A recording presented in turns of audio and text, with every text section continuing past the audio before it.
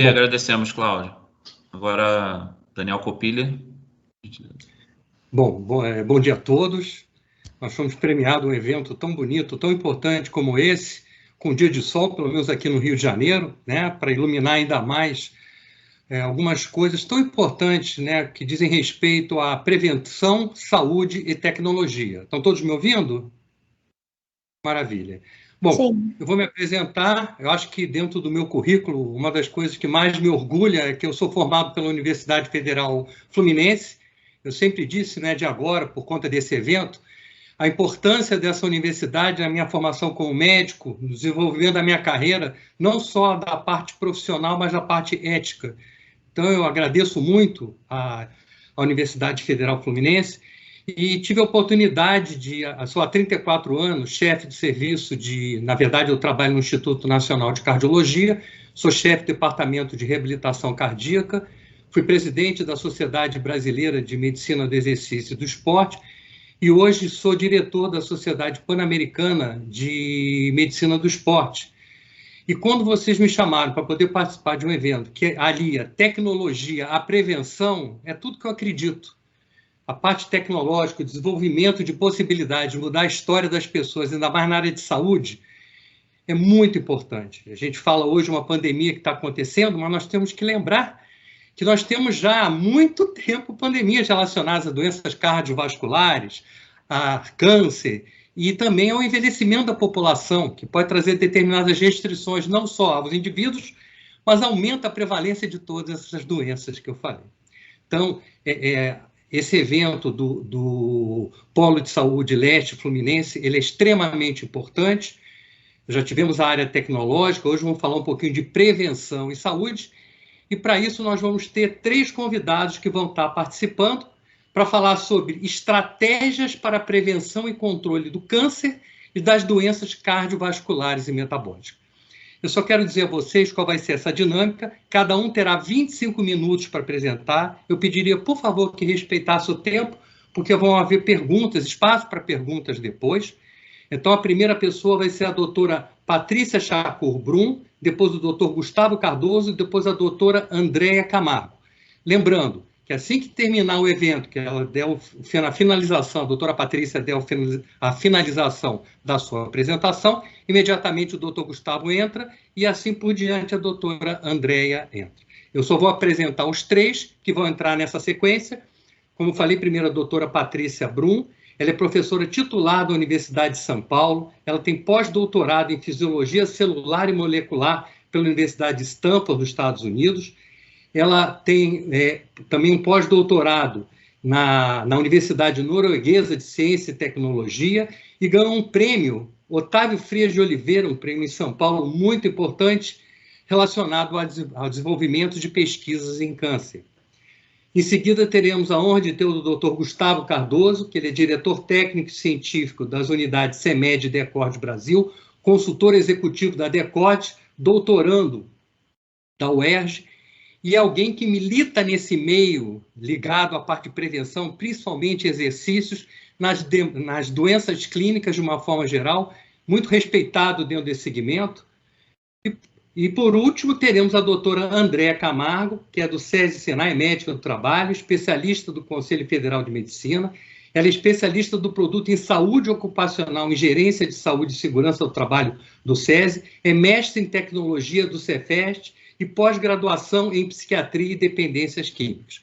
Então, para que a gente não perca mais tempo, já que nós vamos abrir a oportunidade para perguntas no final, eu convidaria a doutora Patrícia Chacur Brum para que pudesse iniciar a sua palestra. Muito obrigado, doutora Patrícia. É uma honra estar aqui junto com você. Eu é que agradeço o gentil convite e quero dizer que é uma honra para mim participar desse evento. Muito obrigada pelo convite. Ainda tem o sol aqui também, para um dia lindo para nós aqui em São Paulo também. Eu vou dividir a minha tela com vocês me dizem se está tudo certinho, tá?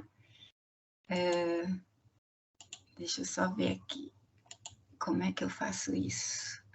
Tá bom. Eu vou deixar de ver vocês, tá bom? Daí vocês vão precisar me dizer se tá tudo certinho, se vocês conseguem ver a minha tela.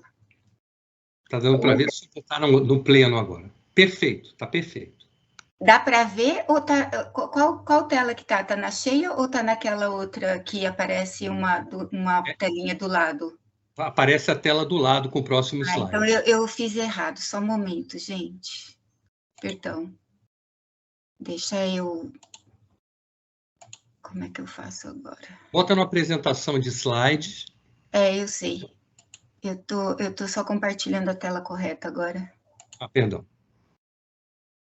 Eu tenho que compartilhar essa tela. É que eu tenho duas telas. Eu tenho que compartilhar a correta para ficar certo na hora de eu projetar, perdão.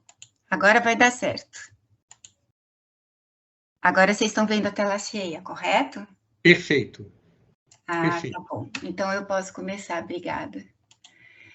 Então vamos lá. Eu gostaria de falar de uma estratégia de prevenção que é o carro-chefe do meu laboratório e que eu gostaria muito de compartilhar com vocês, que é a estratégia, né, de exercício físico e seu papel na prevenção, né, e no tratamento de doenças crônicas, essa é a especialidade do meu laboratório, e hoje eu vou falar um pouquinho do papel do exercício no tratamento do câncer, tá?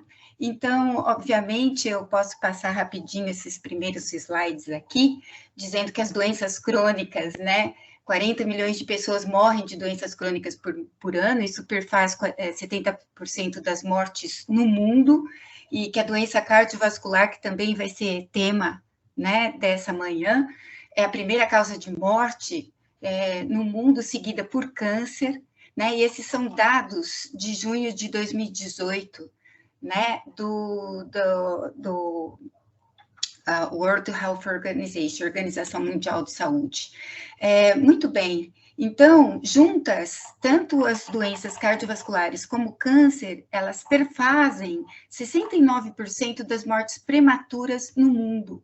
Né? Esses são dados da Organização Mundial de Saúde e foram as últimas agora de dezembro de 2019, mostrando o Brasil, os dados que se tinha à disposição na época de 2017, em que essas doenças crônicas, elas acometem, por exemplo, as doenças cardiovasculares, pessoas mais velhas, acima de 75 anos, né? Aqui a idade em azul de 55 a 74 anos e em verde pessoas de 35 a 54 anos, mostrando essa prevalência em pessoas mais velhas, principalmente aqui acima dos 75 e aqui nessa faixa compreendida. Já o câncer é um pouquinho mais distribuído entre as idades, né? E acometendo pessoas também mais jovens. Muito bem, quando se fala do câncer em si, a gente tem que pensar no contínuo de sobrevivência do câncer. Então, a parte hoje que nós vamos falar um pouquinho vai ser na prevenção. Eu gostaria também de falar pós-diagnóstico, o que se tem de exercício, e na sobrevida do paciente pós-tratamento, o que se tem de evidências, né, sobre exercício no câncer. Então, eu vou me centrar nessas 3 fases aqui, do contínuo da sobrevivência do câncer. Mas, obviamente, vou gastar uma boa parte do meu tempo, porque nós temos mais trabalhos na literatura em relação à prevenção. Então, o outline, né, o sumário dessa minha fala de hoje, primeiro a gente vai falar sobre atividade física e prevenção, evidências epidemiológicas, se há uma associação entre atividade física, exercício, comportamento sedentário e risco de câncer. Depois nós vamos falar um pouquinho sobre, durante o tratamento antineoplásico, o controle de sintomas e, por fim, eu vou falar sobre pós-tratamento e eu gostaria de apresentar para vocês o programa Remama, que é um programa que eu tenho um grande prazer de coordenar a parte científica desse programa, né, e colaborar bastante com a parte de extensão, né, e falar um pouquinho do distanciamento físico na pandemia de Covid-19 que a gente observou. Então, a gente sabe que o câncer é comum, mas um estilo de vida ativo reduz o risco geral de câncer. Então, esse é um trabalho de Arend de 2015, publicado num periódico JAMA, e o que ele mostra aqui são múltiplos do volume de atividade física recomendado pela Organização Mundial de Saúde, que é 150 minutos, né, por semana. Então, pessoas que cumprem esses múltiplos, né? Ou cumpre aqui, ó, 10 vezes mais do que o recomendado pela Organização Mundial de Saúde, são pessoas que vão ter um menor risco, né, de morte por câncer, mostrando, fornecendo evidências de que realmente, se você for fisicamente ativo, se você seguir as recomendações de atividade física da Organização Mundial de Saúde, você tem um menor risco de desenvolvimento de câncer, né? E como que esses trabalhos epidemiológicos, como é que se calcula esse risco de câncer nos estudos epidemiológicos? Isso eu gosto muito de mostrar para as pessoas, e aqui eu roubo gentilmente cedido esse slide por um colega, né, o Leandro Rezende, da Unifesp, que é um epidemiologista de atividade física. Então, vamos supor que você tem aqui pessoas fisicamente ativas e pessoas fisicamente inativas, e você acompanha num coorte essas pessoas por 20, 30 anos. Vamos supor que a incidência de câncer nessas pessoas são pessoas que não têm doenças crônicas, né, e que você quer ver incidência de câncer nessa população. Vamos supor que você tenha 100 casos por 100 mil pessoas nos fisicamente ativos, e você observe, depois de 20, 30 anos, 200 casos por 100 mil pessoas, né, no grupo que era fisicamente inativo. Isso nos mostra o quê? Se você for fisicamente inativo, você tem mais chance, né? Ou seja, você reduz em 50% aqui, isso daqui é hipotético, tá, gente? 50% a chance aqui de eu ter câncer se eu for fisicamente ativo. Então, é assim, mais ou menos, que se conduzem essas pesquisas, né? De coorte, de segmento, na epidemiologia da atividade física. Então, deixa eu mostrar alguns trabalhos que marcaram época aqui, né? E um deles foi publicado há 5 anos atrás, no periódico JAMA, em 2016, de Moore e colaboradores. Então, esse daqui foi um coorte de 13, de 12 estudos de coorte prospectivos, que combinou instituições dos Estados Unidos e da Europa, e o que eles separaram eram pessoas que eram mais versus menos ativas nas horas de lazer. E eles passaram o IPAC para essas pessoas preencherem, né? E o que se observou nesse estudo, isso daqui é a linha de tendência, então tudo que tiver abaixo, à esquerda dessa linha de tendência, você tem aqui uma diminuição significante do risco, né? Em relação aqui a sua linha de tendência aqui, o seu hazard ratio.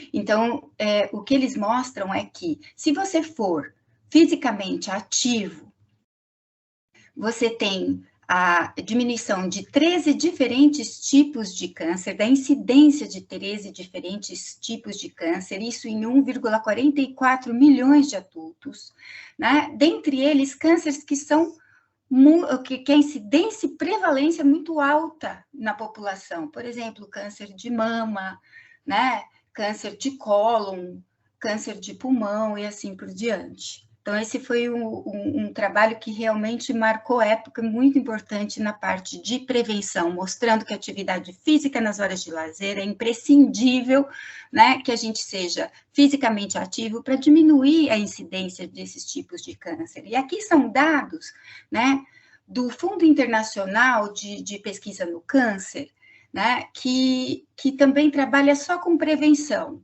com exercício, nutrição, e o que eles mostram aqui, mais uma vez, são dados de 2018, um pouquinho mais recentes, né, de que o exercício físico, ser fisicamente ativo nas horas de lazer, diminui também o risco, se vocês virem aqui a média dos trabalhos em que eles fizeram essa análise, né, essa meta-análise, mostram que há uma diminuição, né, do risco do câncer de cólon em pessoas fisicamente ativas nas horas de lazer. E o mesmo também se observa para o câncer de mama, né? O que nós temos que cuidar muito em relação a isso? Que a atividade física é boa, que ela previne Os cânceres que têm mais evidência são câncer de mama, câncer de cólon. Há evidências também para câncer de pulmão em relação à prevenção, né? E câncer de reto também, e próstata. No entanto, o que a gente tem que lutar muito e tem que na nossa população, é que a gente tem que pensar muito na sensibilização, chamar a população da importância da prática da atividade física, incluir isso como uma prioridade na sua vida. Por quê? Porque a inatividade física no mundo é muito grande. Esse é um trabalho de Pedro Halal, que também é um destacado cientista na área de epidemiologia da atividade física, publicado no Lancet em 2012, mostrando assim, no painel de cima são homens, no painel de baixo mulheres, e a distribuição, como é que está, vamos ver o nosso país aqui, Brasil, né? Foi passado o IPAC aqui para as pessoas responderem também, para ver os níveis de atividade física no mundo, e vejam como o Brasil não está bem. Ou seja, os homens são de 40% a 49% da nossa população de homens são inativos e mais do que 50% das mulheres. Portanto, eu chamo aqui a atenção de que todos nós sabemos que a atividade física, e eu estou mostrando dados, que ela é muito importante para a prevenção. No entanto, as pessoas não fazem. Então, a gente tem que ter um trabalho de sensibilização, conscientização, políticas públicas que adotem a atividade física como realmente um norte, um foco muito importante para prevenção, não só prevenção, vocês vão ver que também, tanto no tratamento como na sobrevivência das pessoas que passaram por um tratamento oncológico. Então, em um resumo aqui, eu não tive tempo de mostrar o comportamento sedentário, mas eu digo para vocês a mesma coisa, que ficar na frente da televisão, principalmente nessa época de pandemia, que nós tivemos pandemia de inatividade física junto com a pandemia de Covid-19, não é verdade? Então, que isso também diminui muito, né, a nossa atividade física, e que isso aumenta o risco de câncer também. Né? O comportamento sedentário aumenta o risco de câncer. E se você combinar o comportamento sedentário com a inatividade física, aumenta mais ainda. Então, dados epidemiológicos das últimas décadas demonstram que os níveis de atividade física estão inversamente relacionados ao risco de câncer, principalmente câncer de mama e cólon, são os mais estudados. Há um efeito dose dependente da atividade física sobre o risco de câncer? Sim, quanto mais, como o trabalho de Arém, quanto mais você fizer, menor é o risco que você vai ter, mas o pouco que você faça já te ajuda. O comportamento sedentário está diretamente relacionado ao risco de câncer, principalmente coloretal, endométrio e mama, tá? Esses eu não tive tempo de mostrar os trabalhos, né, em relação ao tempo, mas aqui eu afirmo para vocês que realmente isso acontece, tá? Atividade física, exercício durante o tratamento antineoplásico. Eu quero mostrar aqui uma das revisões importantes que a gente até revisou para uma diretriz brasileira que a gente vai lançar, né? Mas aqui é um trabalho de Nakano de 2018, que ele fez uma revisão sistemática de artigos até 2017, com meta-análise, com boa qualidade dos estudos, onde ele aplicou a metodologia Delphi, 659 estudos iniciais, ele finalizou com 10 estudos, com pacientes oncológicos que apresentam sintomas físicos, psicológicos ao tratamento antineoplásico, né? Onde ele viu os sintomas mais comuns, os efeitos que são agudos, crônicos e tardios, efeitos colaterais a essas terapias, como radioterapia, quimioterapia, opioides, e que afetam a qualidade de vida. Então, o que ele mostrou nesse estudo que é muito interessante para a gente? Como ele foi muito rigoroso, aplicou metodologias para ver realmente se os estudos incluídos eram estudos de boa qualidade, eu me sinto à vontade de mostrar esses resultados para vocês. Então, o que ele mostrou aqui? Que durante o tratamento, que já é muito difícil você ter mais trabalhos durante o tratamento, que pessoas que eram fisicamente ativas, né, elas tinham menos fadiga, menos dispneia, dormiam melhor, menos insônia, e menos dor, né, ao longo do tratamento antineoplásico. Portanto, em resumo, o exercício, a atividade física melhoram vários sintomas associados ao tratamento antineoplásico, como fadiga, sonolência, insônia, dor, dispneia, melhorando a qualidade de vida dessas pessoas. Há poucos dados na literatura sobre exercício Na toxicidade cardíaca, no tratamento antineoplásico, ainda não tem trabalhos convincentes, tem mais trabalhos pré-clínicos do que trabalhos clínicos de segmento, e há vários estudos pré-clínicos que sugerem a melhoria, mas a gente precisa conduzir um pouco mais em humanos para ter realmente como ter um nível de evidência e recomendação para tal, que a gente acredita que realmente melhore. Tá ok? Então, tudo isso a gente tem que pensar que também tem um impacto no tratamento, porque uma pessoa que tem menos fadiga, menos sonolência, dorme melhor, tem menos dispneia, é uma pessoa que talvez tenha uma melhor tolerabilidade ao próprio tratamento antineoplásico e consiga cumprir os ciclos programados, né, de tratamento. E, quiçá, menor toxicidade. E agora, eu venho aqui para a parte de exercício físico pós-tratamento, né, que seria um controle de efeitos crônicos do tratamento antineoplásico, porque a gente sabe das sequelas, né, que se tem pós-tratamento antineoplásico e que acompanha a pessoa por dias, meses e anos, né? E, por fim, eu vou apresentar o programa Remamo para vocês, que é um programa de sobreviventes de câncer de mama, assim que é considerado esse público, é tratado na literatura, que são as pessoas que finalizaram o tratamento antineoplásico, estão em remissão da doença e cuja atividade física, exercício é recomendado para essa população. O que a gente tem hoje, né?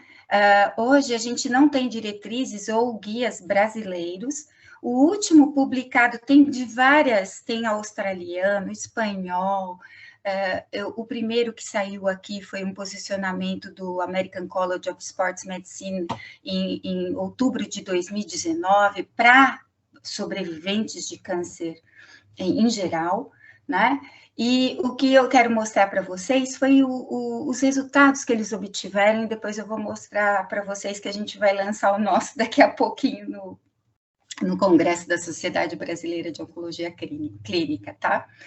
Qual é o tipo de exercício mais eficaz para minimizar os efeitos agudos e crônicos do tratamento antineoplásico em sobreviventes, e que esse consenso se concentrou em modalidades tradicionais de treinamento por ter mais dados na literatura que eles pudessem se apoiar para fazer uma recomendação.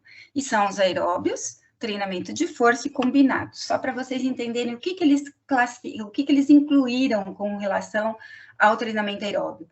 Fazer exercício 3 vezes por semana, pelo menos 2 semanas, aqui eu estou falando de exercício e não atividade física, treinamento de força aeróbio mais força combinado 2 vezes por semana, entre pelo menos 6 e 12 semanas, né? Então, exercício crônico aqui é um treinamento sistematizado, força também, seguindo essas orientações aqui, os trabalhos que cumpriam esse tipo de treinamento aqui, eles foram incluídos e analisados.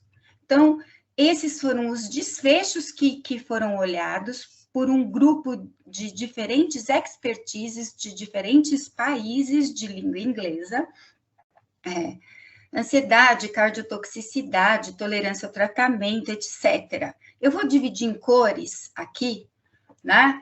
O exercício estruturado e câncer, o que se tem hoje de evidência forte na literatura, onde o exercício realmente é recomendado para redução da ansiedade, aeróbio, força e combinado, depressão, para controle e redução, aeróbio e combinado, já tem evidências na literatura, fadiga, aeróbio, força e combinado, qualidade de vida, aeróbio, força e combinado, linfedema, né, que é exercício de força e combinado, e capacidade funcional, aeróbio, força e combinado.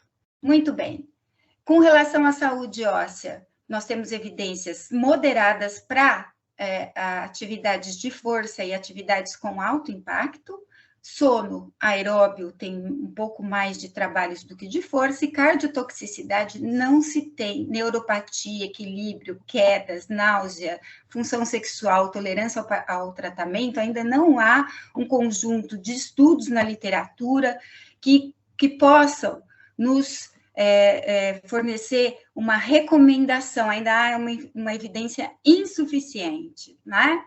eu com alegria, eu comento com vocês que agora, entre os dias 17 e 20 de novembro, em Salvador, nós vamos ter um evento híbrido do Congresso Brasileiro de Oncologia Clínica. Nós trabalhamos para esse congresso, foi uma parceria entre a Sociedade Brasileira de Oncologia Clínica, o Instituto Nacional de Câncer José Alencar Gomes da Silva, o INCA, Sociedade Brasileira de Atividade Física e Saúde, SBAFS, é onde nós fizemos um trabalho, esse daqui é o grupo de trabalho liderado aqui pelo Rafael Deminice, mas que o Ronaldo é um médico do INCA, quem mais que é do INCA? O Fábio Fortunato, né? E aqui é uma equipe, né, fora do país, o Leandro, que trabalhou no Guia de Atividade Física da OMS, e a Raquel, que é técnica especializada em avaliação de guias e recomendações, a Renata e a Dani são oncologistas, e assim os professores de educação física. Então, juntamente, nós revisamos vários trabalhos na literatura, e nós vamos lançar agora no Congresso Brasileiro de Oncologia Clínica, né, atividade física e câncer, recomendações para prevenção e controle, pensando na população brasileira. Em seguida, nós vamos começar a pensar na sobrevivência do câncer e controle de sintomas para a nossa população. Então, eu fico muito feliz, e depois vou mudar minha palestra para o que a gente vai lançar aqui, mas é praticamente o que eu mostrei para vocês, né? Não muda tanto. O que a gente vai lançar agora para a nossa população e recomendações para nós. O problema de tudo que a gente tem, gente, como eu repito novamente, a adesão e a aderência são baixas ao exercício físico. Então, a gente tem que pensar muito quando a gente pega populações especiais, em que você precisa, a equipe toda de saúde, nós estamos num polo, né, de saúde, em que todos os profissionais de saúde, não só aqueles mais com maior afinidade, por exemplo, fisioterapeutas, professores de educação física, mas enfermeiros, médicos, todos têm que conversar, a equipe de saúde, em conjunto, tem que conversar com os pacientes e recomendar que conversem sobre atividade física, incorporar isso no nosso dia a dia. Né? E deixa eu apresentar o programa Remama para vocês aqui. O programa Remama é um programa que foi trazido, né, para o Brasil. Ele recebe mulheres após o tratamento agudo na fase de reabilitação e liberação médica. Ele tem como objetivo melhorar a capacidade funcional, aptidão aeróbia, força, composição corporal, redução da fadiga e melhora na qualidade de vida, né, de mulheres por meio do tratamento, do treinamento de canoagem, no caso. Ele caracteriza por um programa que envolve 3 instituições parceiras, né, o Instituto do Câncer do Estado de São Paulo, né, que é uma instituição pública, e aqui a nossa colaboradora e idealizadora de trazer o programa para o Brasil foi a doutora Cristina May Moran de Brito. Ela é fisiatra e responsável pela reabilitação do ICESP. O professor José Fará, ele é diretor técnico do CP-USP, da RAIA da USP, onde as atividades são feitas, e eu sou responsável pela pesquisa e sou docente da Escola de Educação Física e Esporte da USP. Eu queria comentar com vocês quando que o meu rumo encontrou o Remama. Eu sou remadora da equipe master da USP de remo, e o diretor técnico, né, eu sempre fiz pesquisa de bancada, né, e ele me apresentou o Remama e falou: Patrícia, você poderia começar com pesquisa com essas mulheres? E eu pensei assim, por que não? Nós fizemos uma parceria, hoje a gente tem um trabalho que está aceito para publicação, o protocolo, ainda não está terminado, que é a influência de um exercício combinado e um estilo de vida ativo em mulheres sobreviventes do câncer de mama, onde a gente vai estudar tanto a funcionalidade física, a qualidade de vida. A gente vai, esse daqui é o meu aluno de mestrado, esse daqui é o médico que vai fazer doutorado conosco, o Riane, que também trabalha, a Sara, que é bióloga. É uma parceria de várias instituições, e que a gente quer estudar a viabilidade e eficácia de uma intervenção que combine exercícios em grupos supervisionados com recomendações de estilo de vida, em efeitos clínicos, psicológicos, fisiológicos, funcionais e imunológicos em sobreviventes de câncer de mama. E isso daqui é só para vocês terem uma ideia do que a gente vai fazer e está, né, fazendo nesse grupo. A gente ainda não tem os resultados fechados, mas é só para contar para vocês um estudo que a gente, já que eu fiquei responsável pela pesquisa no Remama, mas esse estudo foi interrompido por causa da pandemia, e nós pretendemos recomeçar a coleta no ano que vem. A gente tem só 10 e 10 pacientes coletadas de cada grupo.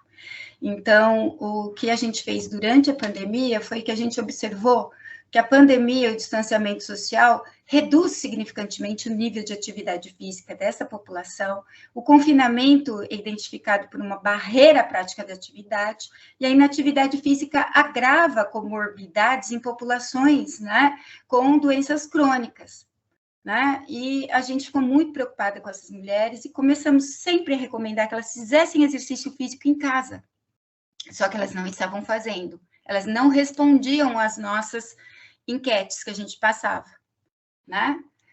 Então, a gente resolveu fazer um estudo, onde a gente fez um levantamento por inquérito nas nossas participantes, e a gente viu que logo depois da pandemia, no período de até setembro de 2020, nós vimos que as mulheres tinham tido, né, no caso, 70% tinham mudado a atividade física desde que iniciou a pandemia.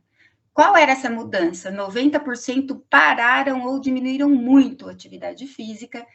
Várias delas tiveram sintomas por usarem transporte público por causa de trabalho, e elas aumentaram entre 1 e 15 quilos nesse período de pandemia, e nós sabemos que a inatividade física e o ganho de massa corpórea são 2 fatores de riscos importantes para a recidiva, e a gente ficou muito preocupado. A gente publicou esse trabalho, né, no início desse ano, e daí teve uma boa divulgação na mídia, né, no Oncoguia e tal, a pandemia piorou as condições de vida nessas mulheres, e o que a gente fez com relação a isso? Que a gente chama atenção para estratégias para promoção e engajamento de exercício físico e atividade física sejam propostas para essa população. A gente começou um programa chamado Remama On. Então, a gente tem agora o Remama On, né? A gente recebeu o selo de Direitos Humanos e Diversidade na categoria Mulheres na Prefeitura de São Paulo para esse programa. E a gente está atendendo as mulheres agora online, uma equipe multidisciplinar, e eu vou mostrar como que a gente está trabalhando com elas para maior engajamento. Nós tivemos anos de Olimpíada, então nós tivemos Olimpíadas do Remama, onde a gente dividiu as mulheres em equipes para atividade física, elas somavam quanto que todos faziam para ver quem que ia ganhar a Olimpíada do Remama. Nós pegamos meses, por exemplo, como agosto, e víamos o que se tinha, por exemplo, no mundo, né, alimentação saudável, como o arco-íris, então isso estava presente no mês de agosto, então elas fotografavam os seus pratos e mandavam para a gente. Daí a gente teve também uma Remama na semana do autocuidado, então a gente teve a semana do autocuidado e a gente também falava para elas, olha, vamos nos cuidar, tal, então elas tiravam fotos e mostravam para a gente que elas estavam se cuidando.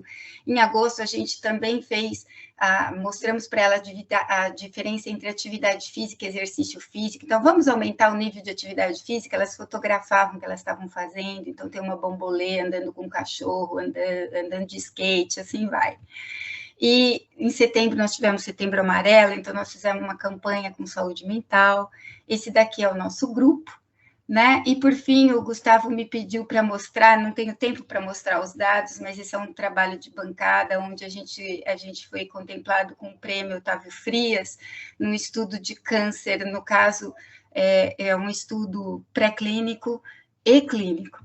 Então, em que a gente mostrou que o exercício físico revertia a atrofia provocada por câncer e poderia aumentar a sobrevida de pacientes, e foi um trabalho com animais, onde a gente fez estudo em célula, a gente depois achou um alvo em proteômica que a gente foi ver em pacientes com câncer de pulmão, e a gente conseguiu, nesse trabalho, mostrar que essa proteína pode ser um sinalizador de que a caquexia está se instalando e pode levar esse paciente a uma menor tolerabilidade e prognóstico, né?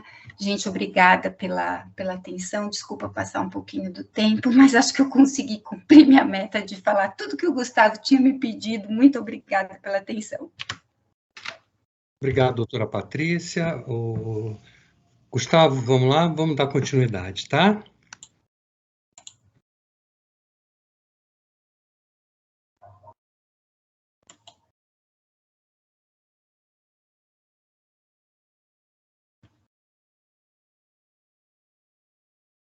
O som, Gustavo.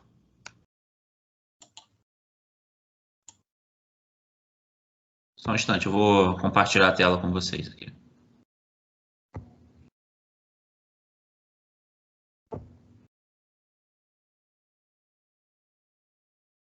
Tá visível? Como é que tá? Tá perfeito, Gustavo. Tá, tudo bem. Deixa eu trocar o apontador. Tá.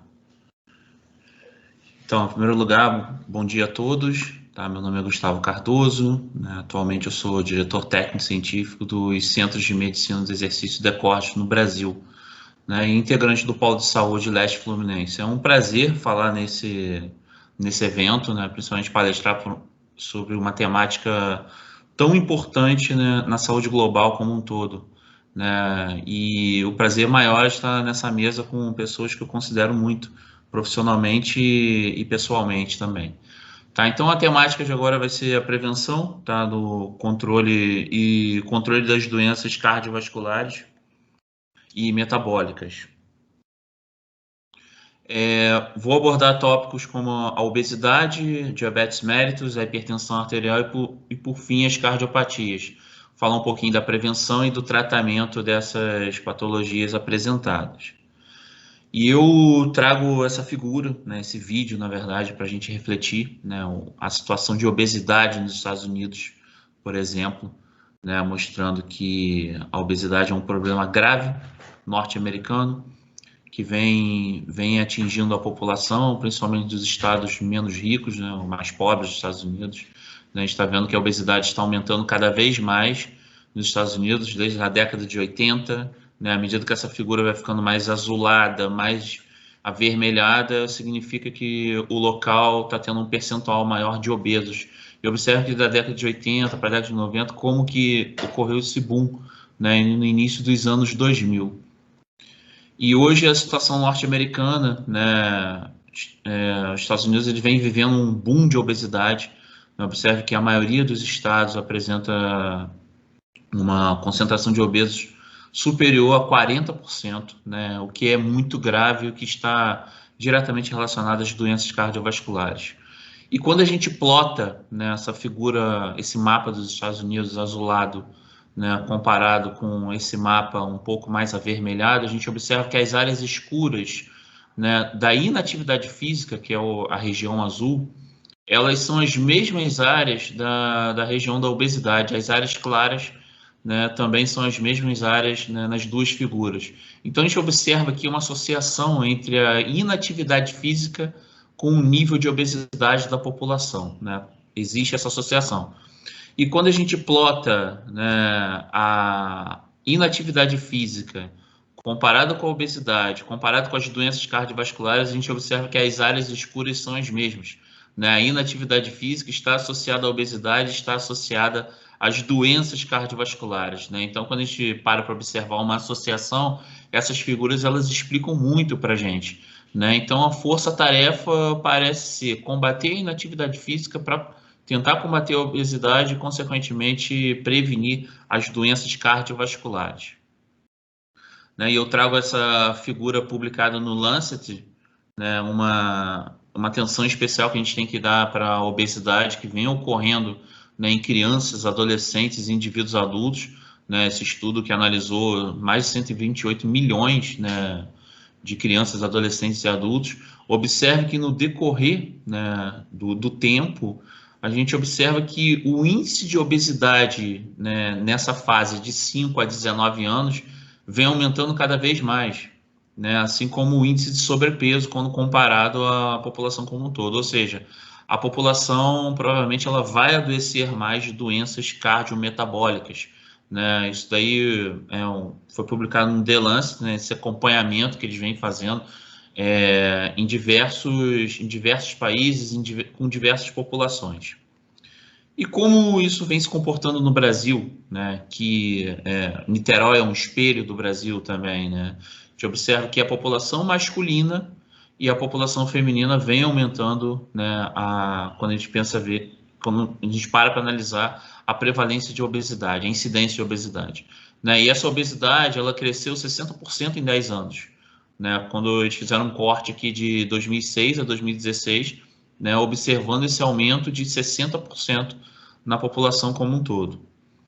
Né? E quando a gente para analisar, a obesidade ela cresce mais nos adultos entre 25 e 34 anos e é mais prevalente na população de baixa escolaridade, consequentemente na população de baixa renda. Né? Então, a obesidade ele é um problema, sim, relacionado à renda, ele é um problema relacionado à educação.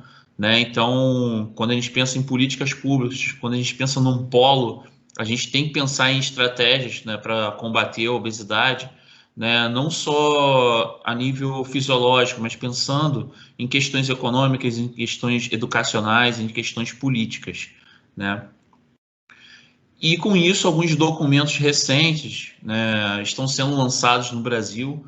Né? Esse é o mais recente, que é o Guia de Atividade Física para a População Brasileira, que foi mencionado anteriormente aqui pela professora Patrícia, um dos coordenadores, que foi o professor Pedro Alau, da Universidade Federal de Pelotas, né, que lançou recentemente, né, no Ministério da Saúde, via Ministério da Saúde, esse guia para a população brasileira de atividade física.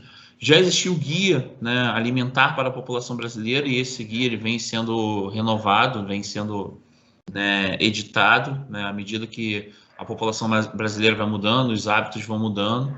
Então, já existe uma preocupação documentada com estratégias para combater, né, essas doenças crônicas, né, que estão relacionadas à obesidade. Né? E um ponto que é fundamental quando a gente pensa em polo de saúde, né, é impossível a gente negar a importância da educação física escolar. Né? Quando a gente pensa no guia de atividade física da população brasileira, tem um capítulo específico de educação física escolar. Né? A gente começa a ver, coincidentemente, a obesidade infantil foi aumentando à medida que eles foram retirando, né, carga horária de educação física escolar. Né? Então, a gente está vendo que as crianças elas estão menos ativas, elas estão se deslocando menos, né, para o ambiente escolar. Então, a gente começa a ver um déficit calórico muito grande, né, nessa população como um todo. Né? Na verdade, desculpa, não déficit, na verdade, um excesso de calorias acumuladas, né, nessa população como um todo, devido à inatividade física. Né? Então, eu chamo a atenção aqui para a educação física escolar, que a gente tem que militar pela importância da educação física escolar, porque é na educação física escolar que a gente vai conseguir educar, né, a população como um todo com relação à atividade física.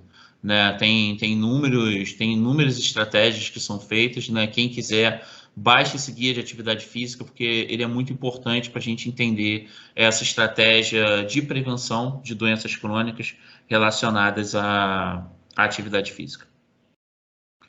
Né? E eu toco no assunto, né, que é o diabetes mellitus. Né? A gente sabe que é uma complicação que vem aumentando, né, assim como vem aumentando com a obesidade. Né? Parece que há uma correlação muito grande entre o aumento da obesidade com diabetes mellitus. Né? A população brasileira em 10 anos ela aumentou em 61,8% o número de pessoas diagnosticadas com diabetes, né? Um número maior na população, né, feminina. Né? Isso vem aumentando, né? vem ocorrendo uma crescente, então é algo que a gente tem que se preocupar consideravelmente. E eu trago um estudo clássico que foi publicado no New England, mostrando que o estilo de vida ele é fundamental para a redução da incidência acumulativa de diabetes. né? Indivíduos que apresentam um estilo de vida mais ativo e uma alimentação mais adequada, né, eles apresentam uma incidência menor de diabetes quando comparado ao indivíduo que faz uso de um hipoglicemiante específico e aquele indivíduo placebo, que não faz atividade física, não faz uso de hipoglicemiante, não faz uso e não realiza uma dieta adequada. Então, o estilo de vida é fundamental para a prevenção do diabetes mellitus, principalmente o estilo de vida mais ativo e o estilo de vida com alimentação adequada.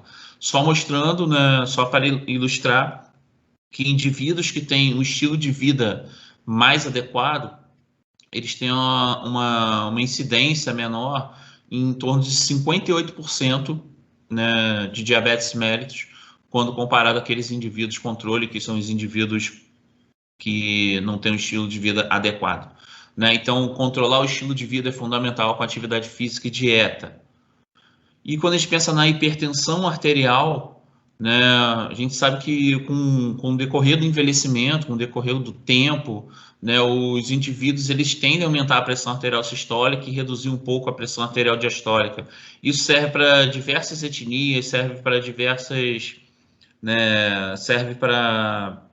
diversos gêneros, né? A gente começa a observar que esses indivíduos eles tendem a aumentar esse pulso pressórico, né? Tendo uma probabilidade maior de eventos vasculares, de acidentes vasculares, né? E recentemente, né, foi publicado no The Lancet, né, como está o controle da população como um todo, né? A gente analisa a população hipertensa mundial, a gente observa que em vermelho aqui, que boa parte da população mundial tem hipertensão, mas não foi diagnosticada, né? Essa população abóbora que vocês estão vendo aqui é uma população diagnosticada, mas que não vem sendo tratada.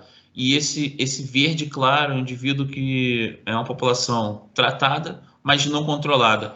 E uma pequena parcela da população apresenta uma hipertensão controlada.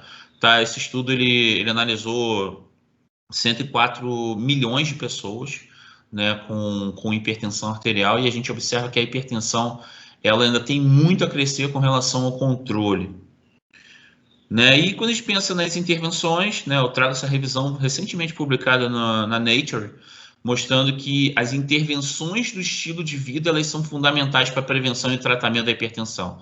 E eu destaco aqui a atividade física, né, que é o carro-chefe para a redução de pressão arterial. O controle da massa corporal, né, controlar o peso corporal é muito importante.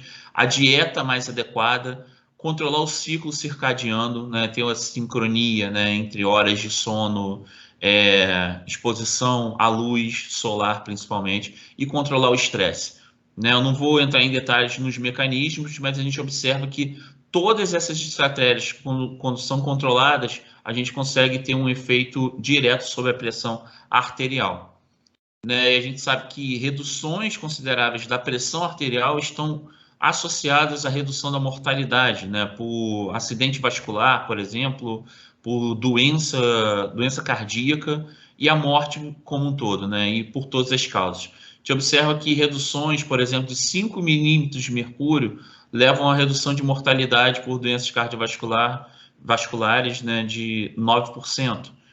E 5 milímetros levam a redução de mortalidade de 14% pelos acidentes vasculares.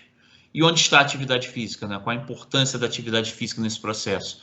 Eu destaco aqui essa meta-análise, né, publicada no JHA pela Verônica Cornelissen, mostrando que a atividade física, né, observem que o somatório, né, onde está o diamante, ela reduz a pressão arterial em média, pressão arterial sistólica, em aproximadamente 12 milímetros de mercúrio. Ou seja, a atividade física, com os seus efeitos, né, principalmente em populações hipertensas, ela é fundamental para reduzir a pressão arterial como um todo, né? A gente vê que o exercício aeróbio dinâmico, né, que é o caminhar, que é o remar, como foi apresentado pela professora Patrícia, o correr, nadar, né? Esses exercícios eles são fundamentais para a redução da pressão arterial, assim como o treinamento da musculação, treinamento de força e o treinamento combinado, quando os indivíduos fazem exercícios aeróbios combinado com treinamento de força, por exemplo.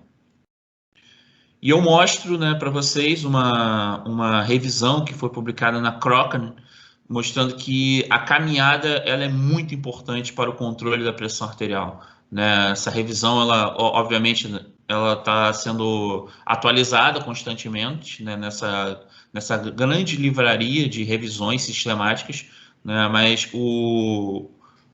a parte mais atualizada, que foi publicada em 2001, mostrando que caminhar é muito importante para reduzir pressão arterial. Eles mostram o nível da evidência para essa determinada estratégia, que é a caminhada.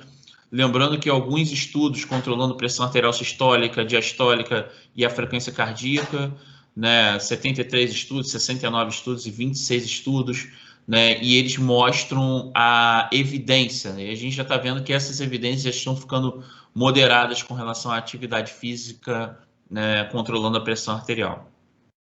E a capacidade física, ela é fundamental para a prevenção de eventos, né? Será que é importante a gente ter uma capacidade física elevada? Né, eu trago essa informação, foi publicada no Circulation em 2008, mostrando que os indivíduos com a capacidade física mais elevada, eles apresentam uma sobrevida maior do que aqueles indivíduos que apresentam capacidade física menos elevada. Tá? Essa unidade em METs, que é um equivalente metabólico, né, que diz qual é a capacidade aeróbia máxima da pessoa, né? Quanto maior o número de METs, maior a capacidade aeróbia. A gente observa que indivíduos com a capacidade aeróbia mais elevada, eles morrem menos do que uma população com a capacidade física reduzida. Né? E quando eles pensam na população, né, como um todo, e a gente pensa na mortalidade cardiovascular, observe que quanto maior o número de METs, menor a mortalidade cardiovascular. Então, treinar a condição física previne eventos cardiovasculares. Melhorar a condição física está associada à redução de eventos cardiovasculares. Tá, a gente sabe que a atividade física ela tem relações diretas com o controle da hipertensão arterial, diabetes mellitus, né, o controle do colesterol como um todo, né, a obesidade, a inatividade física, obviamente, o controle do tabagismo. Nós temos alguns programas anti-tabagismo que eles envolvem exercício físico, né, e o controle também da atividade renal. E com relação às cardiopatias, né, o que eu posso apresentar para vocês? Né, recentemente foi publicada essa figura no JACC, né, que é o principal jornal do Colégio Americano de Cardiologia, mostrando que a atividade física associada à dieta e ao controle dos fatores estressores, né, apresentam uma função muito grande para o cardiopata, né? Não só para o controle do coração, né, que é o principal órgão afetado na cardiopatia, assim como outros órgãos, né, como o rim, como toda essa parte inflamatória, né, a função pancreática, muscular, circulatória, pulmonar. Então, a literatura ela já vem demonstrando que as evidências elas são muito fortes com relação à atividade física no controle, principalmente de indivíduos que apresentaram infarto e que apresentaram insuficiência cardíaca. Né, as evidências elas são muito fortes, né? Evidência 1A, o maior nível de evidência possível, recomendando atividade física para os indivíduos com as diversas cardiopatias, inclusive cardiopatias, né, oriundas do câncer, né, cardiopatias oriundas, né, de disfunções metabólicas que acabam gerando as cardiopatias. Né, o nível de evidência é muito alto para a recomendação de atividade física para essa população que apresenta uma doença cardíaca, né, oriunda de um infarto ou não. Né, nós temos inúmeros estudos mostrando os efeitos da atividade física e de modelos específicos de atividade física para essa população e com desfechos favoráveis. Né, a literatura mostra para a gente sabe que boa parte da população cardiopata está no processo de envelhecimento, né, e a gente observa que de 20% a 31% da população acima de 60 anos, né, que a gente está vendo aqui, né, que apresenta doença cardiovascular, tem indicação para reabilitação cardiovascular. Então, se a gente está em Niterói, se a gente está envelhecendo mais a população, a gente sabe que a população vai depender mais, né, de programas de reabilitação cardiovascular, né, porque uma boa parcela da população apresenta indicação para esse tipo de programa. Né, a gente está vendo aqui que a doença cardíaca mais grave atinge uma população que está com com envelhecimento mais avançado, né, que é no caso aqui a insuficiência cardíaca, independente do sexo ou da idade. E aí, recentemente, na verdade, há quase um ano, foi publicado no JAMA, né, esse acompanhamento, esse follow-up por um grupo holandês, mostrando que indivíduos que participam de um programa de reabilitação cardíaca, ou seja, apresentam um infarto e realizam atividade física supervisionada, esses indivíduos eles morrem menos do que aqueles indivíduos que não participam de programas de reabilitação cardíaca. Ou seja, pós-infarto, se o indivíduo apresentar algum tipo de doença cardíaca, é altamente recomendado para aumentar a sobrevida dele e a qualidade de vida, como já vem sendo demonstrado em diversos estudos. Né? E essa meta-análise, né, com pacientes com doença arterial coronária mostra que a reabilitação cardíaca, né, de 6 a 12 meses reduz em até 36% o número de mortes da população no período de 10 anos. E essa média ela está numa redução de 26% num período de 10 anos. Ou seja, o indivíduo, se ele apresenta uma coronariopatia, né, que fez implementação de um stent, se ele realizou alguma angioplastia específica, é muito importante ele realizar a reabilitação cardíaca, né, ele passar por um programa de reabilitação cardíaca, porque isso está muito associado com a redução da mortalidade. Né, o programa, geralmente, de reabilitação cardíaca ele é feito com exercícios aeróbios, treinamento de força, a famosa musculação, né, treinamento de potência, treinamento muscular inspiratório, né, treinamento neuromuscular, pode ser por estimulação elétrica, dependendo da fase do tratamento. Isso tudo com o objetivo de melhorar a capacidade funcional dos indivíduos. Tá, eu trago um exemplo de um programa, isso aqui é uma foto de uma das nossas unidades aqui em Niterói, né, na região leste fluminense, mostrando que esse treinamento de reabilitação ele é feito de 2 a 3 vezes por semana, com atividades aeróbias, exercícios contra a resistência, como vocês estão vendo aqui alguns aparelhos, né, exercícios de alongamento, que são feitos em locais específicos, treinamento respiratório, treinamento isométrico, que é um modelo de treinamento de força, e treinamento motor e cognitivo, que a gente trabalha sempre com a população idosa, né? Então a gente tem sempre a monitorização, né, de médicos, de profissionais de educação física, de fisioterapia, uma supervisão nutricional, de psicólogos, enfim, um trabalho multidisciplinar que melhora consideravelmente os desfechos desses indivíduos.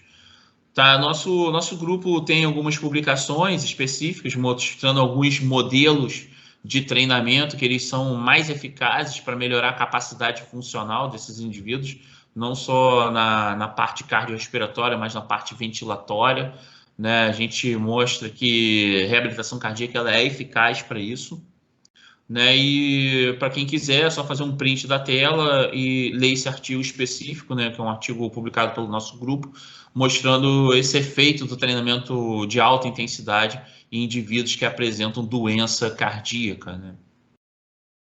Tá, antes de encerrar, eu gosto de agradecer, eu sempre agradeço ao meu grupo, um grupo que a gente trabalha nas unidades, né, de Niterói, 2 unidades, né, em Caraí, em Itaipu, em Itaboraí, né, agora a gente está indo para a região dos Lagos, para São Paulo e para o Rio de Janeiro, né, um grupo que a gente vem discutindo muito, né, os programas de reabilitação, as estratégias de inovação e desenvolvimento dessa área dentro da ciência e da assistência como um todo. Tá? É o grupo CEMED, né, que é o Centro de Medicina do Exercício DECORT. Agradeço sempre a presença deles e sem eles essa apresentação ficaria um pouco pobre. Né? E agradeço, né, encerrando aqui, agradeço ao Polo de Saúde Leste Fluminense, tá, por tudo, né, que vem desenvolvendo, por esse crescimento que vem sendo estruturado. Para quem quiser entrar em contato, aqui está o meu Instagram, só entrar em contato que eu já repasso essa apresentação. E agradeço à Universidade do Estado do Rio de Janeiro, que é a instituição que me formou na base e que continua me formando. Obrigado e estou aberto para perguntas após a apresentação da doutora Andréia. Doutora Andréia, por favor, fique à vontade para poder iniciar sua apresentação. Uma honra tê-la aqui. Ok. Eu desejo a todos um bom dia, quero agradecer pelo convite, pela honra de dividir esse trabalho com profissionais e colegas de excelência, e vou compartilhar aqui a tela. A partir desse momento eu não consigo mais ver o chat, o moderador será responsável por essa coordenação. Eu gostaria de saber se vocês já veem minha tela. Sim. Ok. Eu gostaria de trazer uma visão diferente, porém, muito coerente com tudo que foi apresentado até agora. Mesmo sem termos nos falado, compartilhamos as mesmas estratégias para prevenção e controle do câncer e das doenças cardiovasculares e metabólicas dentro do ambiente laboral. Porque não podemos esquecer que esse indivíduo sobrevivente dessa pandemia, que é o câncer e as doenças crônicas não transmissíveis, ele interage no seu aspecto de trabalho. Então, não só o evento agudo acontece e que pode ser prevenido, como falou com brilhantismo nossos colegas até agora, como as startups mostram possibilidades de tratamento e diagnóstico precoce, porém existe vida e vida no trabalho depois. Então, como fazer a prevenção para que a nossa população que envelhece no trabalho, nós tínhamos há poucos, 20 anos atrás, aposentados a partir de 50 anos. Hoje, os aposentados são a partir dos 70 anos, o que claramente ficou demonstrado pelos colegas que aumenta de forma significativa a incidência de doenças crônicas não transmissíveis, principalmente se medidas epigenéticas de controle de doença pelo exercício, pela dieta, pelo controle do estresse, não são implementados já pelo médico responsável pela saúde ocupacional, muito antes do aparecimento dessas doenças. Para isso, no SESI, inclusive na unidade de Niterói, que é uma unidade que representa com brilhantismo a nossa forma de entender a saúde ocupacional, por isso o SESI tem na sua gerência de saúde e segurança do trabalho um terceiro tripé, que é uma gerência de promoção de qualidade de vida, que engloba nutrição, educação física, psicologia. Todas essas ações são estratégias disponíveis para o mercado de trabalho, para o entendimento da responsabilidade do empregador no controle dessa tragédia que são as doenças crônicas não transmissíveis. Então, pacientes com câncer e pós-câncer, como fazer? Muitos indivíduos com essas doenças trabalham durante o tratamento. Como absorvê-los? Como interagir a equipe que traz na sua cultura um medo arraigado da morte do câncer e um preconceito que promove discriminação do trabalho? Como esclarecer? Como a empresa pode colaborar no esclarecimento e na formação de uma cultura acolhedora e insertiva? Por exemplo, perguntas que acontecem no meu todo dia. Mas, doutor, o meu colega está fazendo radioterapia, ele não vai contaminar e eu não vou levar para a minha família? Eu tenho um filho pequeno. E a gente sabe que a radioterapia não deixa nenhum tipo de radiação remanescente, que ele pode ficar tranquilo, com família, com amigo, com colega, que não está disposto. Câncer pega, doutora? Não, não pega. Câncer é uma doença por modificação celular, ela não é transmissível. O trabalhador que tem câncer, ele tem uma doença incurável, ele vai ter que ser aposentado por invalidez? Isso é uma grande pergunta do gestor. Mas eu não quero gente doente aqui. Ninguém quer maluco, né? Ninguém quer doente, ninguém quer desonesto na sua equipe. Então, o câncer hoje é tratável. O tratamento promove, na maioria dos casos, uma sobrevida significativa e, em muitos casos, uma remissão prolongada, em alguns até cura. Hoje não temos mais uma espada pendurada na cabeça, como foi até os anos 70, 80, de que um diagnóstico de câncer era uma passagem para a funerária, como foi a AIDS nos anos 80. Hoje não temos. Hoje o grande monstro é a pandemia de Covid, que mata, mais uma vez, como na Idade Média, por doenças virais, doenças agudas, não mais doenças crônicas. Então, somos todos iguais nas nossas diferenças. Isso é que é preciso estar claro para as empresas que absorvem esses trabalhadores sobreviventes da doença crônica. Isso nos torna humanos e maravilhosos. Dentre os preconceitos, nós temos preconceitos, inclusive judiciários. Nós temos, graças a Deus, hoje, uma súmula que é inconstitucional, a gente sabe, desde agora, de fevereiro de 2001, que ela dizia que você não podia mandar embora um empregado que fosse portador de HIV ou de doença grave, porque doenças que promovessem estigma ou preconceito. E, portanto, o empregador tinha que reintegrar o empregado no emprego. Mas a súmula, ela teve uma intenção belíssima, porque você tem câncer, volta para o trabalho, o seu patrão te bota na rua, ou tem um infarte ou um AVC, e o patrão te bota na rua no dia seguinte. Mas essa súmula não deu o rol das doenças que são consideradas graves. Então, ela não tinha aplicabilidade, não é? Ela foi considerada, por ação da Confederação Nacional das Indústrias, inconstitucional. Para que fosse analisado pelo judiciário caso a caso. Porque nós sabemos de pacientes que possuem HIV como portadores com sobrevida de 30, 40 anos e plena capacidade laborativa, e que não devem ser tutelados como menos capazes do que qualquer outra pessoa. E quais são as dificuldades nessa inserção? Por exemplo, o câncer de mama, que Patrícia abordou com um brilhantismo, dificulta a reinserção no trabalho para as mulheres.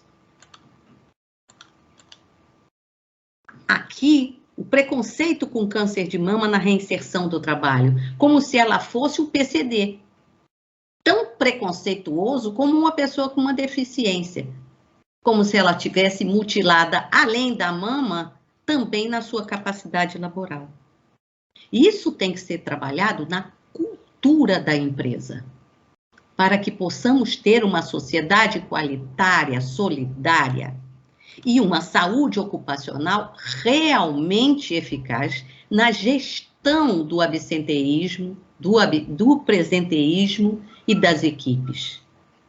Pacientes com doenças crônicas em eventos agudos são pacientes que se afastam do trabalho e que permanecem ligados ao CNPJ da empresa. Então, muitas vezes o empresário entende que aquilo é um peso no custo da empresa. E na hora que ele volta, a cadeira dele não está mais lá. Às vezes é 6 meses, 1 ano de tratamento.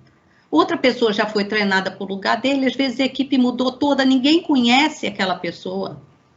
Olha a dificuldade para o gestor de absorver essa pessoa no mercado de trabalho. Então, ex-pacientes de câncer relatam dificuldade de discriminação, e isso é agora, de 2020. Está aqui no estado de São Paulo. Como conciliar, então, a vida profissional com o trabalho do câncer? Isso foi publicado agora, em outubro de 2021, está na Gazeta. E o Dia Mundial de Câncer, em que a campanha mundial de 2021 é eu sou, eu vou, juntas, todas as nossas ações são importantes. E juntas, inclusive, com a saúde ocupacional. O dia 4 de fevereiro é uma iniciativa global da União Internacional de Controle de Câncer, foi criada em 2000 por meio da Carta de Paris, para que as pessoas se mobilizem pelo controle de câncer, evitando as milhões de mortes por ano, como bem trouxe a Jéssica, são 29 milhões de novos casos de câncer até 2040 pela OMS. E como trouxe Patrícia, existe um contínuo da sobrevivência do câncer. Nesse contínuo, inserir do trabalho. Então, não podemos prescindir da parceria da saúde ocupacional na gestão desses crônicos. E o SESI traz soluções para as empresas na gestão desse absenteísmo e na gestão e absorção dos trabalhadores portadores e sobreviventes das doenças. O INCA apresenta um estudo mundial sobre o tema sobrevivência ao câncer, no Dia Mundial de Câncer, que foi dia 4 de fevereiro, e nós temos um estudo de 2018 da Associação Brasileira de Recursos Humanos, chamado um levantamento, como as empresas lidam com câncer, em parceria com sociedades e movimentos sem fins lucrativos, que revelou que, do ponto de vista dos gestores, as preocupações mais comuns são a dificuldade de oferecer apoio ao funcionário enfermo, em 68%, e a reintegração dos pacientes no local de trabalho em 35%, por preconceito e por dificuldade de adaptação do posto de trabalho quando existem sequelas que determinam limitações laborais. Esses dados confirmam a dificuldade de manutenção do indivíduo no emprego e a dificuldade de reinserção no mercado de trabalho, porque você fica estigmatizado. Quando você faz um exame admissional que você diz, eu tive um câncer de colo, eu uso uma bolsa de colostomia, eu tive um câncer de mama, eu estou num processo de correção, de colocação de prótese cirúrgica, eu tive um linfoma, eu estou em tratamento, daqui a pouco eu vou fazer um implante de medula óssea, você não é admitido no trabalho. A gente sabe que isso é verdade, infelizmente é verdade. Está disponível na página do INCA, para quem quiser verificar o trabalho inteiro. O outro aspecto é o aspecto das doenças cardiovasculares, que é uma prevalência enorme, como bem mostrou com brilhantismo, nosso colega que acabou de falar antes de mim. Doenças cardiovasculares, principalmente as ligadas à área infarto agudo do miocárdio, etc., e as doenças por acidente vascular cerebral, né? E aí eu trouxe, Gustavo, olha que bonitinho, o coração malhando aqui, para ficar saudável. Então, hábitos saudáveis, o coração agradece. O Setembro Vermelho, assim como o Setembro Amarelo cuida da saúde mental, o Setembro Vermelho é dedicado à saúde cardiovascular e lembra a importância de realização de exames de rotina, atividade física, manter boa alimentação e evitar o tabagismo. E nesse aspecto, muitas vezes o trabalhador brasileiro, e eu não estou pensando em executivos, eu estou pensando no chão de fábrica, o exame ocupacional é a única oportunidade no ano que o trabalhador tem de se submeter a exames de rotina em saúde. E nesse aspecto, após os 50 anos, principalmente, o médico do trabalho tem que estar atento na sua anamnese, na sua prospecção, tem que estar atento para a possibilidade de eventos e tem que estimular a prática, por exemplo, de saúde laboral na empresa, de um restaurante industrial com um cardápio adequado, com liberação de trabalhador 15 minutos antes da jornada ou no momento do almoço para a prática de atividade física, implementação de academias dentro do ambiente laboral. Tudo isso pode ser a colaboração da saúde ocupacional no controle de todas essas dificuldades. Então, sabemos que a dieta e o exercício, não preciso nem me alongar, porque isso já foi exaustivamente exposto, o acidente vascular cerebral é a segunda maior causa de morte no mundo e a principal causa de morte no Brasil. No dia 29 de outubro, foi dedicado ao Dia Internacional do AVC, foi notícia aqui, nesse site, da tarde, por exemplo. Eu estou trazendo notícias para leigos, para mostrar que não é só o ambiente acadêmico que sabe disso. Isso é divulgado para as pessoas. Isso tem que chegar no indivíduo, no trabalhador, para a doutora Patrícia conseguir maior aderência. Porque essa tragédia não tem aderência à prevenção. E isso é que é a maior dificuldade. Nós sabemos o que temos que fazer, mas o indivíduo que é dono da sua vontade não adere. E isso continua aumentando a morte. Então, considerada a principal causa de incapacidade no mundo, ele deixa Por quê? Porque ele deixa 70% dos pacientes afastados do trabalho de forma definitiva. Aposentadoria, incapacidade, PCD grave, dependente de ajuda de outrem. Isso pesa na sociedade inteira, na previdência. 50% dos dependentes de outras pessoas na atividade todo dia. Isso pode ser prevenido com reabilitação e com prevenção. Controle de hipertensão, controle de diabetes, controle de colesterol. Não é só a genética. Eu, por exemplo, tenho uma genética horrível para doença crônica, mas tem a epigenética. Eu estou acima da 6ª década com controle das minhas excretas e da minha hipertensão, aumentando minha sobrevida com qualidade. Então, por ano são registrados 400 mil novos casos de doença cardiovascular no Brasil, 100 mil mortes por AVC. O evento agudo, para quem não é médico, é causado por uma obstrução do fluxo ou uma ruptura do vaso, no caso de hemorrágico. Então, como fazer o acolhimento de sequelas e limitações nesses pacientes oncológicos e de doenças crônicas e metabólicas? Como fazer isso? Nós temos a proteção da lei de cotas, mas temos muitos desafios ocupacionais de inclusão de trabalhadores com limitações.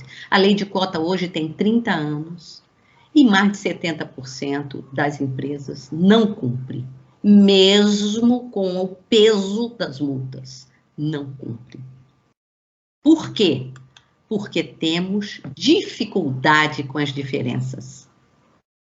As diferenças de qualquer natureza são encaradas com muita desconfiança. Eu tinha um professor de psiquiatria na faculdade, que eu tenho uma grande admiração e hoje não está mais entre nós. Eu fui da Unirio, da Escola de Medicina e Cirurgia, e que ele dizia que o único crime é ser diferente, o resto é contravenção. E isso é verdade, para toda e qualquer minoria, seja racial, seja de gênero, seja de capacidade laborativa. Vocês sabem o quanto as crianças podem ser, desde muito jovem, bastante cruéis com os diferentes. Quem usa óculos é porque usa óculos, quem é baixinho é porque é baixinho, quem é grande é porque é grande, quem é gordo é porque é gordo, quem é magro é porque é magro. Quem tem uma outra etnia porque tem uma outra etnia. Então, quem é gago, tudo isso é discriminado desde muito jovem. E se isso não é desestimulado desde a escola, se a educação física escolar não é estimulada, se a alimentação escolar não é estimulada de forma a educar o apetite e o paladar das crianças, continuaremos uma sociedade exclusora e discriminatória. Então, trazendo para vocês um cartoon, para que não fique pesada essa nossa escola. Bem-vindo à nossa empresa. Sua função será na guarita do estacionamento. O senhor não entendeu. Eu tenho um doutorado em economia. Quer dizer que cadeirante só serve para a guarita do estacionamento? Não é levado em consideração? Então, eu quero agradecer, abrir a minha fala para conversas com vocês. Está aqui o meu e-mail. Eu estou disponível, o SESI está disponível para entrega de produtos na área da prevenção e na área da reinserção e da reabilitação. E quero agradecer a todos vocês essa oportunidade de trazer a visão da saúde ocupacional para a mesa de conversa e de debate. agradecer ao Dr. Daniel, a Gustavo, ao convite gentil do SEBRAE, me colocar à disposição para responder perguntas ou conversar com os colegas. Obrigada. Obrigado a você, Andréia. Eu pediria, por favor, que os colegas que participassem para das palestras, que eles abrissem, por favor, a imagem, tirassem o som e, quando forem falar, ativassem o som. Quero dizer a vocês que foi uma honra muito grande poder participar de um evento como esse. A Patrícia eu conheço muito, por incrível que pareça, porque o Gustavo, Patrícia, ele fala de você, eu queria muito ver a tua palestra, eu sei sobre os assuntos que você fala, porque para mim, que eu sou um apaixonado pela área de ensino, pesquisa, dentro da área de condições clínicas, você conhecer uma pessoa tão jovem, tão brilhante que nem você, que, na verdade, independente de você trabalhar numa instituição pública, mas você dedica o teu tempo para realmente tentar solucionar problemas de pessoas que você mal conhece, mas você tem um espírito de mudar a história da população. Doutor Gustavo, meu querido amigo, já de muitos anos, já conheço há muito tempo, é um estudioso da mesma forma na área, e é uma pessoa que tem uma raríssima inteligência em alguns aspectos que poucas pessoas têm, que ele consegue associar a capacidade intelectual com a capacidade de botar em prática as atividades. Então, dentro desse brilhantismo, é uma coisa que eu valorizo muito, conheço o Gustavo há muito tempo, conheço sua capacidade, sua integridade e a sua formação. Andréia, doutora Andréia, foi um prazer muito grande, porque a gente precisava de um fechamento, e esse fechamento tem que ser a prática, quem lida com os dois extremos. Então, você que lida com a medicina no trabalho, e por sorte das pessoas que lidam com você, você também é da área de psiquiatria, psicanálise, então, para a gente poder tratar pessoas, a gente precisa entender pessoas, né? Não é simplesmente você tratar alguém e não entender com quem você está. Então, mudar a história das pessoas não é simplesmente você curar a doença, é você mudar aquilo que a doença também causou. A gente está falando, para dar um exemplo de uma pandemia de Covid. Na verdade, essa pandemia ela vai acabar em algum momento, essa pandemia ela vai virar uma virose como as outras, mas as sequelas dessa virose, as sequelas cardiológicas, motoras, psíquicas, e as famílias que não tiveram Covid, mas perderam os seus entes, ou tiveram vendo eles definhando. Como a gente vai mudar isso? É uma nova epidemia, a epidemia das sequelas que a gente vai tratar. Então, eu digo a vocês uma coisa que, para mim, me marcou muito. Em 2017, o CDC, que é uma entidade americana, que é um balizador das doenças, ele falou o seguinte: o médico que não prescreve exercício no seu receituário para quem tem doença cardiovascular não está fazendo a melhor prática da medicina.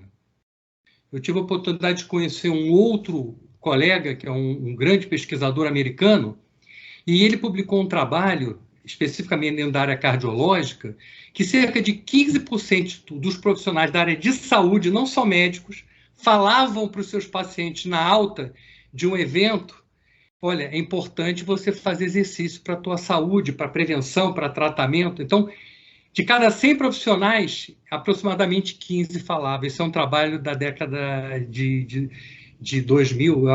Então, fica muito difícil a gente poder trabalhar, porque as pessoas não entendem ou têm medo, achando que o exercício, por exemplo, o câncer, nossa, mas ele está muito caidinho, como é que eu vou orientar exercício? Isso vai prejudicar, isso pode prejudicar a evolução. Mal sabem que você pode prevenir doenças, você pode melhorar a performance durante o tratamento e você pode ajudar tanto na cura quanto na integridade no pós-tratamento. A doença cardiovascular ela não é diferente disso, nós sabemos muito bem, eu milito nesse meio há bastante tempo. E o exercício, além de tudo, é a condição mais democrática. Você pode oferecer para o pobre, para o rico, para todo mundo.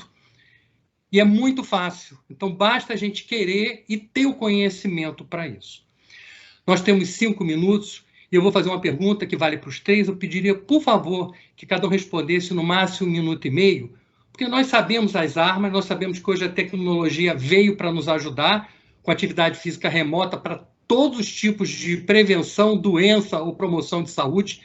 Então, se em outros países, como na Alemanha, eu tive a oportunidade de ficar 3 meses no centro de pesquisa na Alemanha, visitei todos os centros de reabilitação, o governo investe, a cidade investe, as pessoas que têm recurso investem, e as pessoas que precisam também pagam. e são áreas de 1.000 metros quadrados, 1.200 metros quadrados, espetaculares, não só para doença do coração, mas para tudo, miósteo articular, e não cabe aqui. O que falta para a gente poder mostrar como essa área leste fluminense já enxergou? O que falta para a gente mudar essa história, já que nós temos capacitação, temos profissionais, temos tudo? E por que a coisa não acontece? O que falta? Será que somos nós que temos que, de alguma maneira, mudar essa história, fazer com que as pessoas não só aceitem, mas que mudem esse status quo? Eu queria a opinião de vocês três em 1 minuto e meio, por favor. Vamos começar pelas damas? Então, vamos começar pelas damas mais velhas. Eu queria dizer que eu fui professora também. Podia ser mais velha e não ser experiente, não é? Fui professora da Unirio também em psicologia médica. Eu acho que precisa haver uma grande, Daniel, uma grande atuação sobre a cultura. E nosso país, infelizmente, tem uma história de tutela. Uma história de que a todos é dado, né? Nós somos, assim, vem o bolsa isso, bolsa aquilo, ticket isso, ticket aquilo, e isso tira um pouco a autonomia do indivíduo e o empoderamento do indivíduo na sua responsabilidade, no cuidado com a sua saúde. Então, ele acaba ficando infantilizado na mão das instituições. Quando ele adoece, ele está na mão do médico. Então, ainda mais se ele vai para o CTI, ele não tem vontade nenhuma, né? Ele não escolhe a hora que ele faz xixi, a hora que ele respira, a hora que ele come, nada. Está completamente tutelado. Mas aí vai, tudo bem. E ele se acostuma a ser tutelado e ele acha que ele é um coitadinho, um incapaz. Incapaz fisicamente, incapaz mentalmente, incapaz no trabalho também. E ele dá responsabilidade para o outro. Ah, o doutor mandou, mas o doutor mandou e ele não faz? A culpa é do doutor? Aí o médico, se esquecer de perguntar se o paciente tomou o remédio, fica trocando de remédio, porque ele não abaixa a hipertensão e ele nunca comprou nem nunca tomou. Então, tem que haver uma devolução da responsabilidade individual pela saúde, para que o indivíduo possa se apoderar da sua autonomia e escolher se ele quer viver ou se ele quer morrer.